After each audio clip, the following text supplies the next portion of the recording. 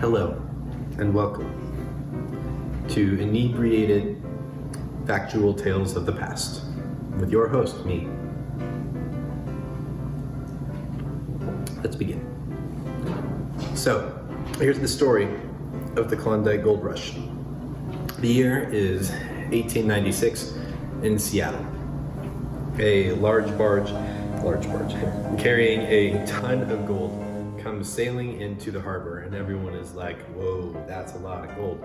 And then another one comes in, and another, and soon people are like, yo. And so they do, and like crazy mass numbers, and people just start pouring out of Seattle and start heading north. Some of them take steamships to get up there. Some of them just grab whatever boat they can get their hands on. It's crazy. People start dying off like right away, like absolutely intense. But the gold fever is so crazy that it's like Black Friday at Best Buy, like anything goes, doesn't matter. So eventually masses make their way up to Skagway, and they begin the long journey up into the Canadian wilderness. Let's talk about Skagway. Skagway's fun. So there is a guy up there, his name is Soapy Smith. This guy is a con artist whose real name is Jefferson Randolph Smith.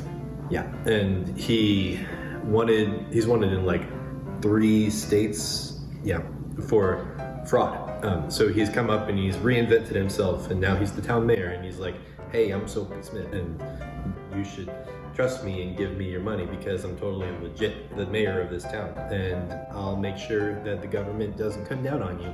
And so he was secretly like, yo, I'm gonna take these suckers for fools, and no one is gonna check me on it. Yeah, that's what he said. He was kind of a messed up dude, and he committed a lot of fraud. But he did get shot a few years later, but it's not important. I know. That's my dog. My dog's here. What is important is the next leg of the journey. The Gold Rush, the peeps, the next part. Yeah, that's right. They had to get to Lake Bennett. Yeah, Lake Bennett, up north. So there's 2 ways to get to Lake Bennett from Skagway. The first one is called the Chilkoot Trail. You guys may have heard of that one. It's a long path that goes over the mountains, and a lot of people died on it. We're not going to talk about that one. We're going to talk about White Pass. White Pass was less steep, but like equally or twice as much treacherous. Also, they had to have 1,000 pounds of provisions with them if they wanted the Canadians to let them through. So the Chilkoot Trail had its own stories of horror and people that died, but White Pass is cool, and so we're going to talk about it. So White Pass was a mountain pass that led through a super narrow and deadly gulch. In some places it was a sheer cliff onto your left, my left, sheer cliff, and a 500-foot drop down on your right. And there was like 3 feet of path to walk on in some places, and that's manageable if it's just you. But if you got a horse carrying on all of your stuff, yeah, a lot of dead horses. People would just be walking along the path and be like, oops, there goes my horse. And there were hundreds of people and horses killed here, so eventually it became known as Dead Horse Gulch. And yeah, that's about all there is to it. Wow, this is depressing. Moving on. So they got to Lake Bennett, and most of the people that got there a little bit too late because winter was about to set in. Some people got down the Yukon River, but most people were stuck on the shores of Lake Bennett, and it was bad. It was like Oregon Trail level squalor.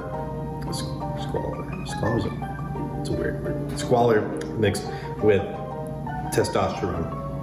They had dysentery and scurvy, and their meals were basically your 3 B's. You got your beans, your bacon, and your bread, and that was it. So super depressing. This is all super depressing. Why did we pick this topic? I don't know why I'm asking these questions. My group can't hear me. It's just me. It's literally just me.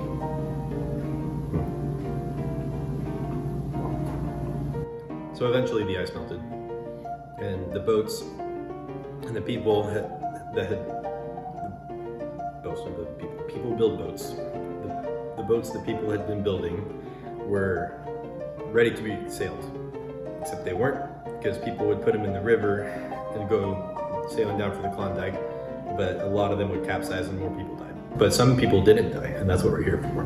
The ones that didn't die made it to the end, and were like, woohoo, we did it, we made it to the Klondike, we're gonna be rich, y'all.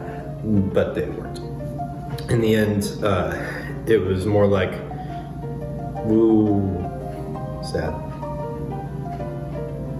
Most of the claims had already been taken and staked by the people who had already been there since the gold rush began in Dawson City. That's the town where the Klondike was happening.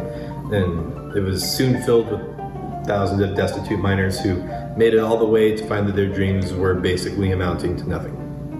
So this is all super sad. And it's kind of the end of the story too. Is there anything cool that happened in this story? No, we can talk about Klondike Kate. She's cool.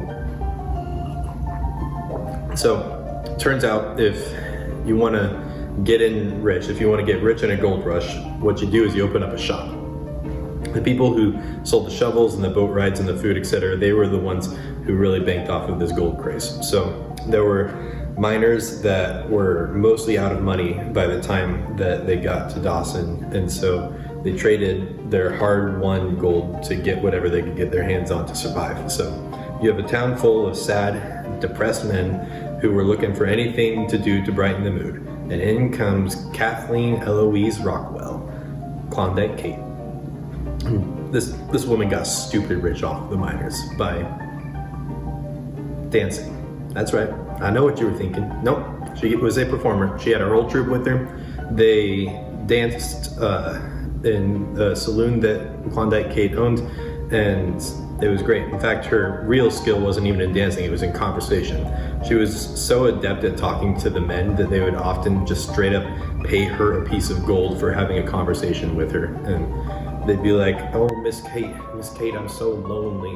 Won't you talk to a poor miner? And then she'd be like, oh, sure, honey, why don't you just sit down? And they would literally hand her thousands of dollars in gold adjusted for inflation. And just to have a conversation with this woman, like, she made it out all right. Way to go, Klondike. Unfortunately, that is kind of the best thing that happened in the gold rush. It's estimated that about 100,000 people left Seattle in search of gold. 30,000 made it to Dawson. A few hundred actually made it in the green, and maybe less than that, a handful came out of the whole thing making an actual, like, filthy rich profit. So not exactly betting odds. And that's the moral of the story. Don't become a gold miner. Okay, I'm gonna go lay down. Come on, Mocha, go to bed.